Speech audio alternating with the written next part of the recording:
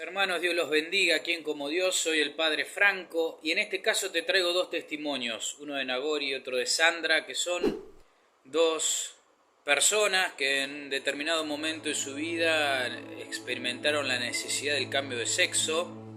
Las dos tienen realidades distintas, pero sí estas dos personas nos van a contar su testimonio y cuáles son las falencias y las cosas que hay detrás de esta gran industria del cambio de sexo y de la autopercepción en cuanto a realidad aceptada de cuajo como si fuese una realidad dogmática. Vamos a tratar de ver a través de estos testimonios también cuáles son las patologías que a veces presentan.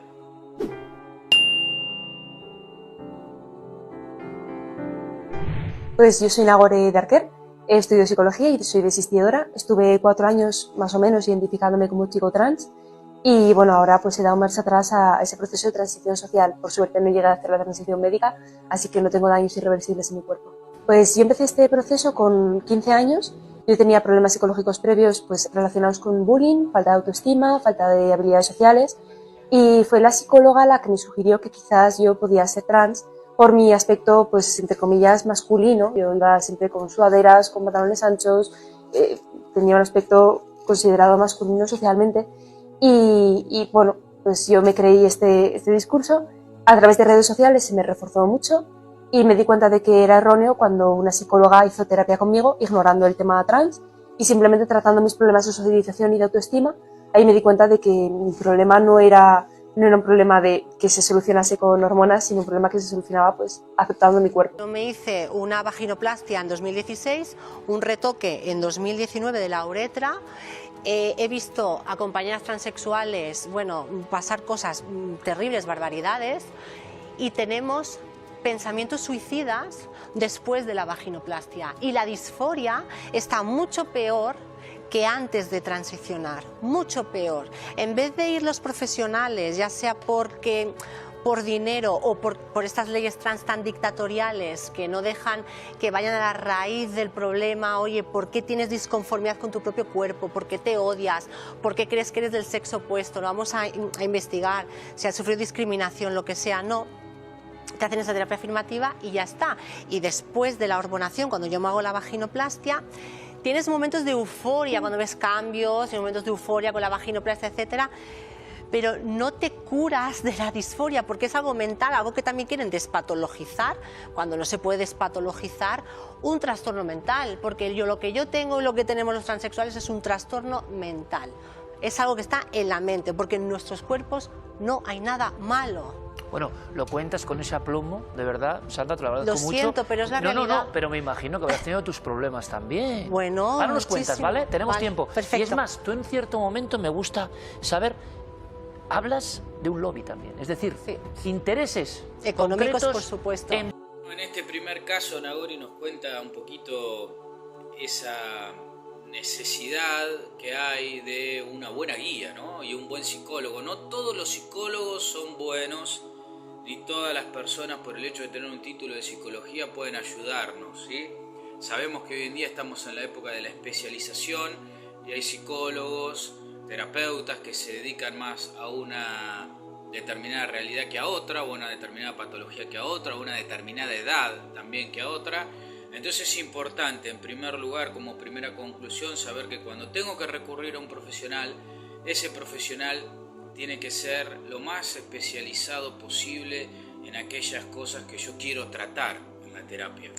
Y en ese caso, lejos de brindarnos una solución o una herramienta, nos termina generando una lucha interna muy grande que puede generarnos incluso hasta en la pérdida de la fe o la concurrencia en pecados muy graves, ¿sí? Incluso pecados que tienen que ver con situaciones como la que nos cuenta ese primer testimonio, donde simplemente por dicho de otros, por las redes sociales, por presión social, de cuajo se aceptó de que, bueno, tenía que tener otro tipo de personalidad. Bueno, para estar atentos. En segundo lugar, podemos decir también que a la hora de que un cristiano, un católico busque un psicólogo, la medida de lo posible tiene que buscar algún psicólogo que tenga una antropología cristiana.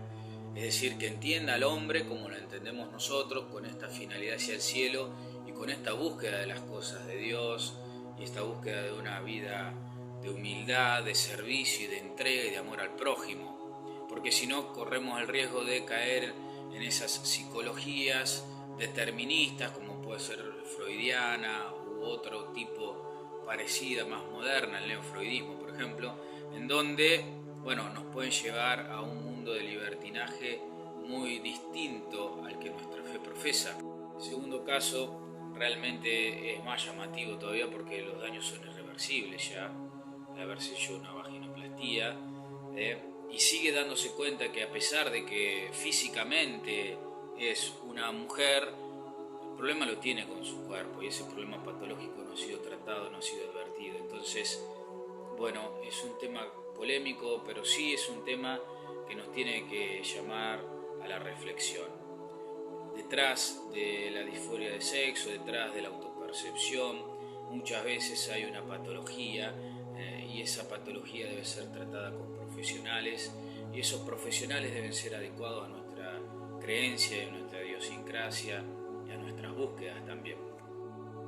Bueno, hermanos, por último, una cosa muy chiquita sobre el tema de la autopercepción. Digamos, si una persona que pesa 35 kilos dice que al mirarse al espejo se autopercibe como una persona obesa y por eso no va a comer o va a intentar hacer una dieta para seguir bajando de peso, a nadie se le ocurre decir que esa autopercepción de esa persona es adecuada y se la dejaría en paz. No, se la llevaría a un médico, se la diagnosticaría y se la trataría para ayudarla a que tenga una percepción real y adecuada a su cuerpo. Llamativamente con la sexualidad no pasa lo mismo. Hermanos, que Dios los bendiga, la Virgen los acompañe.